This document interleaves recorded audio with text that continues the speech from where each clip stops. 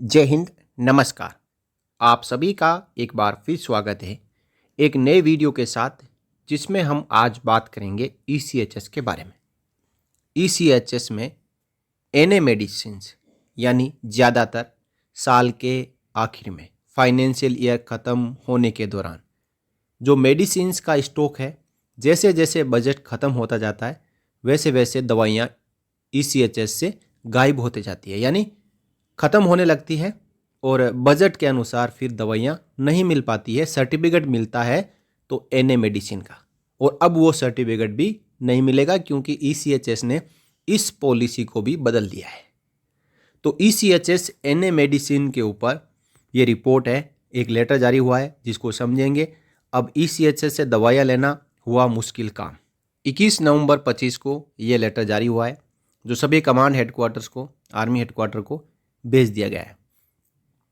साथ ही साथ रीजनल सेंटर्स को भी बताया गया है modification of procedure for procurement of drugs and consumables for ex serviceman under ECHS. दवाइयाँ और दूसरे जो कंज्यूमेबल्स होते हैं मेडिसिन्स के लिए आवश्यक, तो उनके प्रोक्योरमेंट को लेकर जो नियम है उनको बदल दिया गया है। इससे पहले एक 30 अप्रैल 2025 का लेटर जारी हुआ था, जिसको हम आगे समझेंगे। इस लेटर के साथ में वो एनक्लोज्ड है। कहा गया है, it is important that every transaction of medicine receipt and issue in A polyclinic is maintained through pharmacy module. जो ईसीएचएस का फार्मेसी मॉड्यूल होता है, उसमें हर एक प्रकार की दवाई, चाहे वो आ रही है या फिर भूतपूर्व सैनिकों को दी जा रही है, उसका ट्रांजैक्शन इस मॉड्यूल में मेंटेन होता है। It will ensure accurate updation of stock levels and traceability. जितनी भी दवाइयाँ ईसीएचएस में अवेलेबल है उसका स्टॉक सही से अपडेट हो और आसानी से वो ट्रेस की जा सके।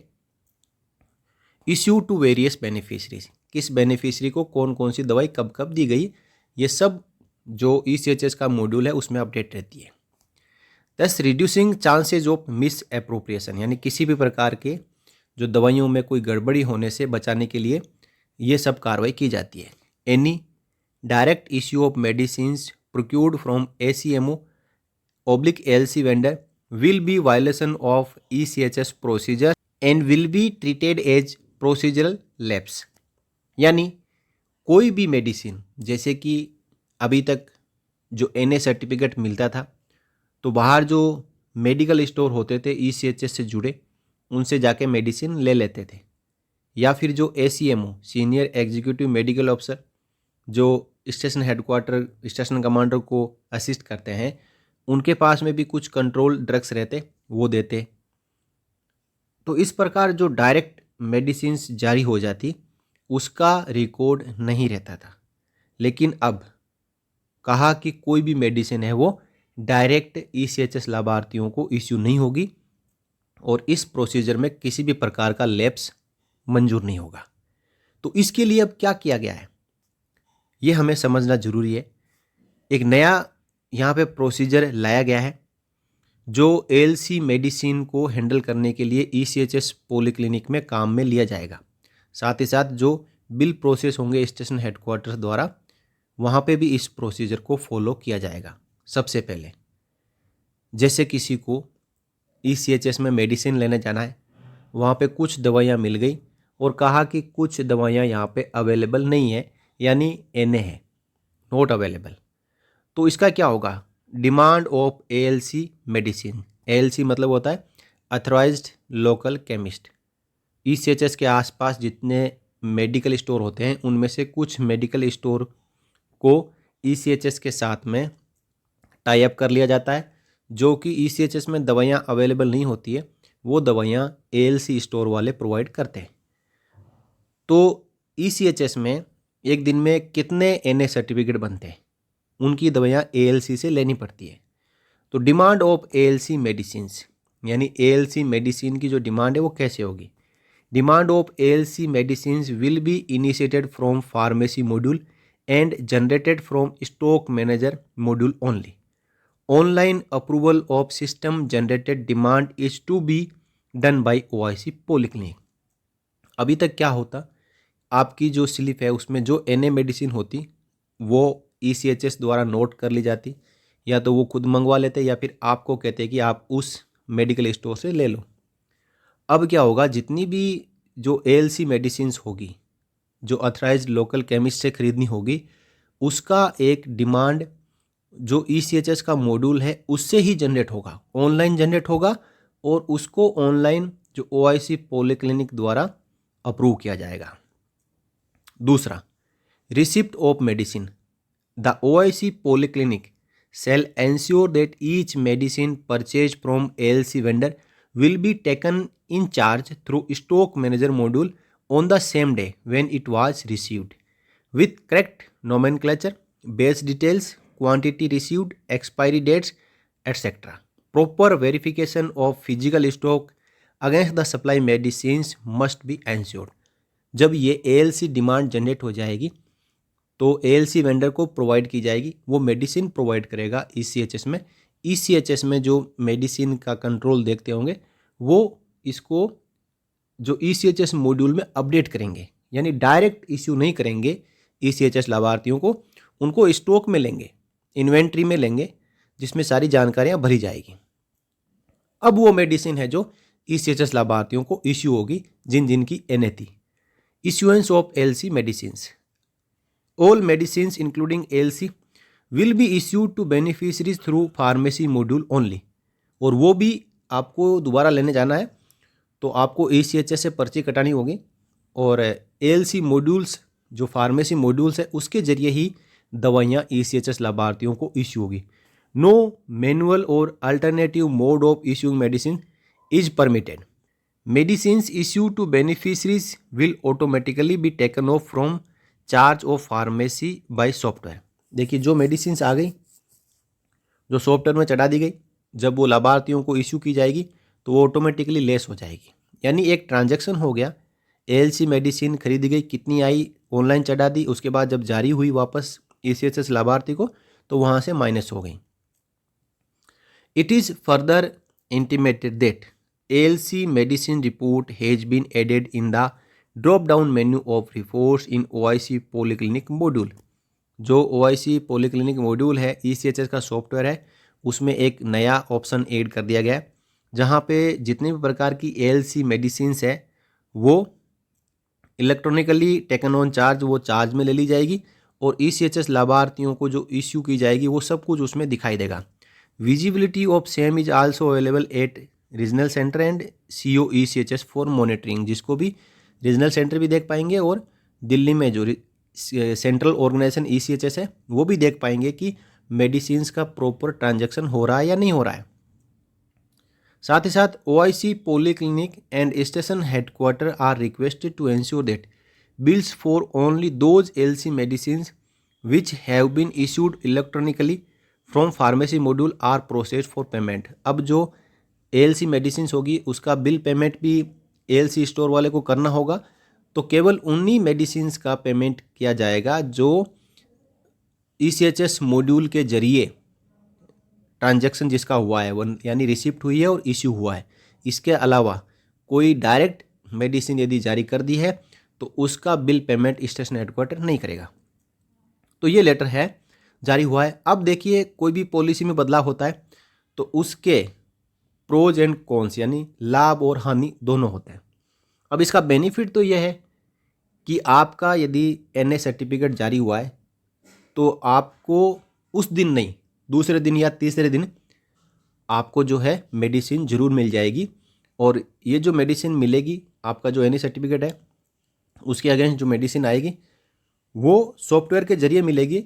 इसके लिए ये कन्फर्म है कि आपको मेडिसिन अवेलेबल हो जाएगी। लेकिन ऐसा भी हो सकता है कि जो मेडिसिन ALC में गई है वहाँ पे मेडिकल स्टोर पे ज़रूरी नहीं है कि सारी दवाइयाँ वहाँ पे मिल जाए, और आपको ऐसी बीमारी हो कि आपको तुरंत मेडिसिन की आवश्यकता हो, तो ऐसी स्थिति में क्या होगा। देखिए, कुछ बीमारियाँ होती है प्रोलॉन्ग्ड होती है, यानी रेगुलर मेडिसिन चलती है, तो उसमें तो क्या है ECHS लाभार्थी एक दिन वेट कर सकता है, वो दवाइयों का स्टॉक रखता है।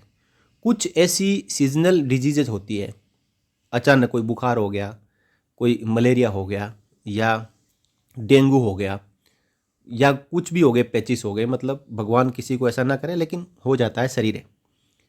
तो ऐसी स्थिति में वो मेडिसिन के लिए क्या 3 दिन इंतजार करेगा ईसीएचएस लाभार्थी?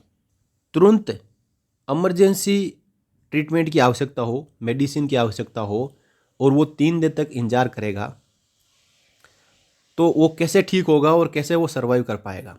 तो यहाँ पे एक ये क्वेश्चन मार्क है कि इस प्रोसीजर के बियॉन्ड भी जाके इमरजेंसी तौर पर भी जरूरत हो तो तुरंत मेडिसिन है जो ईसीएचएस लाभार्थियों को अवेलेबल होनी चाहिए।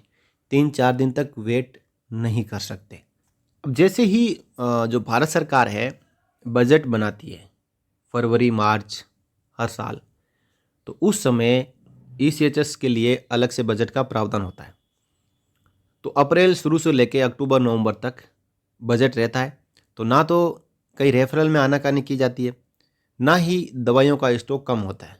लेकिन जैसे जैसे जो फाइनेंशियल ईयर ख़त्म होने जाता है, रिवाइज एस्टिमेट्स आते हैं, बजट आते हैं, उनमें यदि प्रॉपर बजट का प्रावधान नहीं होता है तो कमियां ईसीएचएस में आने लग जाती है। इसको लेकर 30 अप्रैल 25 को ईसीएचएस पॉलीक्लिनिक्स की लिमिट भी बढ़ाई गई थी।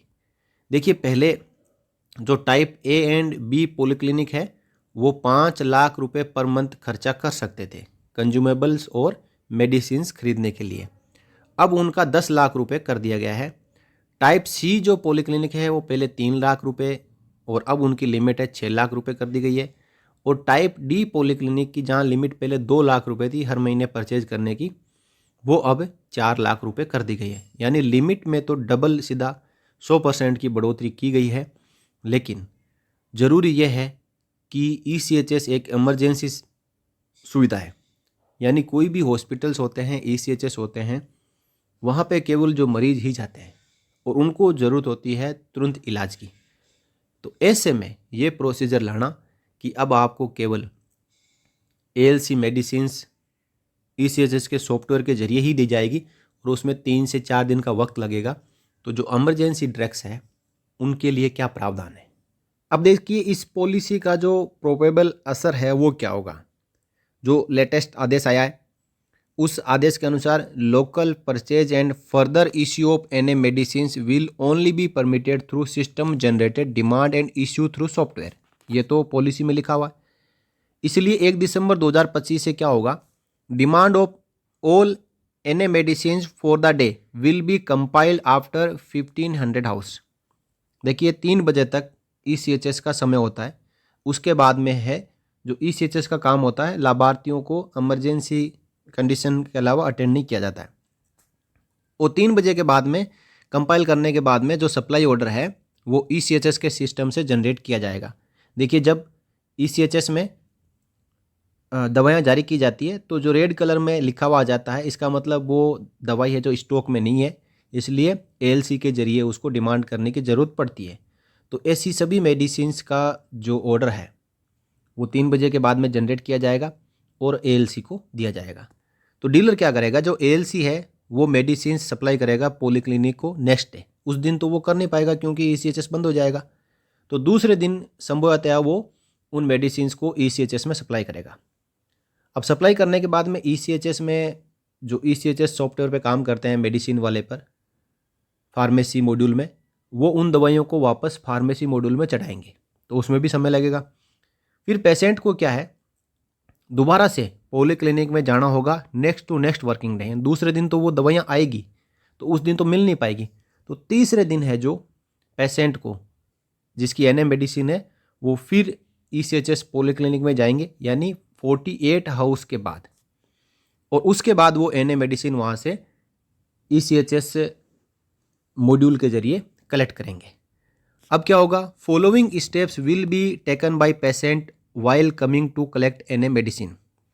Report to token issue counter with ECHS card and take token for NA medicine. दोबारा से टोकन लेना होगा NA मेडिसिन कलेक्ट करने के लिए। फिर फार्मेसी में जाना होगा, वहाँ से collect medicine from LP issue counter when turn comes. जो लोकल परचेज इशू काउंटर है जहाँ पे LC वेंडर ने दवाइयाँ ला के हैंड ओवर की है, वहाँ पे वो आपकी दवाइयाँ पड़ी रहेगी। आप वहाँ जाएंगे, आपका जब नंबर आएगा तो आपको वहाँ से दवाइयाँ मिलेगी। इसमें एक ग्लिच आ सकता है कि यदि डीलर जो ALC मेडिसिन है वो सप्लाई करने में फेल हो जाता है तो NA सर्टिफिकेट मिलेगा ECHS लाभार्थी को, यानी इतने प्रोसेस के बाद में फिर NA सर्टिफिकेट दिया जाएगा। इन view of the above system, footfall in polyclinic and pharmacy will increase besides stopping issue of medicines at 1500 hours. Accordingly, as per our current capability, we will be able to issue medicines for approx only 400 patient in a day. Beyond this, patient may have to come next day. यानी यहाँ पे limit भी है कि एक दिन में जो ECHS के कर्मचारी है कितने ECHS लाभार्थियों को मेडिसिन दे सकते हैं। काउंटर यदि लिमिटेड हो तो बहुत ही कम, क्योंकि 3 बजे छुट्टी हो जाती है, उसके बाद उनको अपना काम यानी स्टॉक क्लोज करके जाना होता है। तो ये थोड़ी सोचने वाली बात जरूर है, क्योंकि एक ही आदमी एक ही प्रकार की बीमारी के लिए और एक बार में जो उनको दवाइयाँ मिल जानी थी उसके लिए वो 2 बार आएगा। यानी यहाँ एक दिन में 400 पेशेंट को दवाइयाँ दी जाती है, तो मान लो कि 400 में से 200 पेशेंट ऐसे होंगे जिनको आधी दवाइयाँ मिलेगी, तो वो फिर 200 फिर से आएंगे, तो वो संख्या हो जाएगी 600। तो देखिए इस पॉलिसी के कारण ECHS लाभार्थियों को कौन सी समस्या हो सकती है। If a beneficiary report sick for condition such as loose motion, vomiting और रिक्वायर कंसल्टेशन अंडर यूरोलॉजी और cardiology and the prescribed medicines are not available at the polyclinic, the patient is compelled to wait for ALC supplied medicine for 48 hours. Even thereafter, there is no assurance regarding the issuance of NA medicines. कोई ऐसी समस्या हो medically जिसमें कि तुरंत medicine की आवश्यकता हो, इसके लिए यदि वो मेडिसिन NA है तो 48 घंटे का इंतजार करना पड़ेगा। मेडिसिन की डिमांड होगी, ALC वेंडर सप्लाई करेगा, ECHS सप्लाई मॉड्यूल में चढ़ेगा, उसके बाद जारी होगी, तो समय तो लगेगा। इस दौरान ECHS लाभार्थी क्या करेगा, उसको मजबूरवश वो दवाई बाहर से खरीदनी होगी, और जहाँ पे दवाई बाहर से खरीदना शुरू कर दिया तो ECHS का जो मेन मकसद है वो वहीं पे ख़त्म हो जाता है। जब बाहर से खरीदनी हो तो फिर वो ECHS लाभार्थी क्या करेगा, उसको 2-3 दिन जब बाहर से खरीद के वो दवाई लेगा तब तक वो NA मेडिसिन ECHS में आएगी तो उसकी बीमारी ठीक हो जाएगी, तो फिर वो दवाई लेने के लिए क्यों जाएगा, क्योंकि उसको तो तुरंत ही आवश्यकता है। If the ALC fails to supply the required medicine, only then will the beneficiary be issued an NA certificate for procurement of medicines from outside. During this prolonged delay, if any adverse event of or harm occurs to the beneficiary, the question arises, who will be held responsible for such consequences? यानी जो 2-3 दिन समय लगेगा तब तक medicine आएगी और वो लाभार्थी लेगा। कई ऐसे हैं गंभीर बीमारी के दौरान तुरंत मेडिसिन की आवश्यकता है, नहीं मिलेगी तो 2-3 दिन इंतजार करेंगे, तो उसकी जो मेडिकल प्रॉब्लम बढ़ जाएगी। इस दौरान कोई भी घटना हो सकती है, तो इस घटना के लिए जिम्मेदार कौन होगा? ECHS लाभार्थी जिम्मेदार तो नहीं है, उसने तो अपना कंट्रीब्यूशन दिया है, वो ECHS पॉलीक्लिनिक के ऊपर डिपेंड है। और कई ऐसे हैं जिनको लाइलाज बीमारी होती है और उनको मेडिसिन हमेशा लेनी होती है। ECHS में जाते ही इसीलिए है कि वहाँ से केवल मेडिसिन मिलती है, इसके अलावा वहाँ पे कोई स्पेशलिस्ट नहीं बैठे हैं, वहाँ कोई सर्जरी नहीं होती है, वहाँ पे कोई बड़ी जांच नहीं होती है, और मेडिसिन ही नहीं मिल पा रही है, तो ECHS लाभार्थी जाए कहाँ? तो दोस्तों अब आप बताएं कि ये जो पॉलिसी लाई गई है, क्या ये पॉलिसी सही है या फिर जो पहले से ही पॉलिसी चल रही थी उसी को जारी रखना चाहिए? आप MH से ले लो या मिलिट्री हॉस्पिटल कोई दूसरा बेस हॉस्पिटल है वहाँ से ले लो, या फिर आपको NA सर्टिफिकेट मिल गया है तो आप बाहर से खुद खरीद लो। इसमें क्या है, तुरंत ही ECHS लाभार्थी वहाँ से जाके खरीद सकता है, लेकिन जो प्रोसेस में मॉडिफिकेशन हुआ है इसमें अब NA मेडिसिन आने में कम से कम 2 दिन का वक्त लगेगा। तो ये थी ताज़ा जानकारी जो ECHS के मेडिसिन्स के रिसिप्ट और इश्यू के बारे में जो बदलाव हुआ है प्रोसेस में, उसके बारे में। तो इस वीडियो में इतना ही दोस्तों, फिर मिलेंगे आपसे जुड़े हुए मुद्दे के साथ अगले वीडियो में। तब तक के लिए जय हिंद, जय Bharat, Vande Mataram. For more updates, subscribe to our channel and enjoy watching the videos.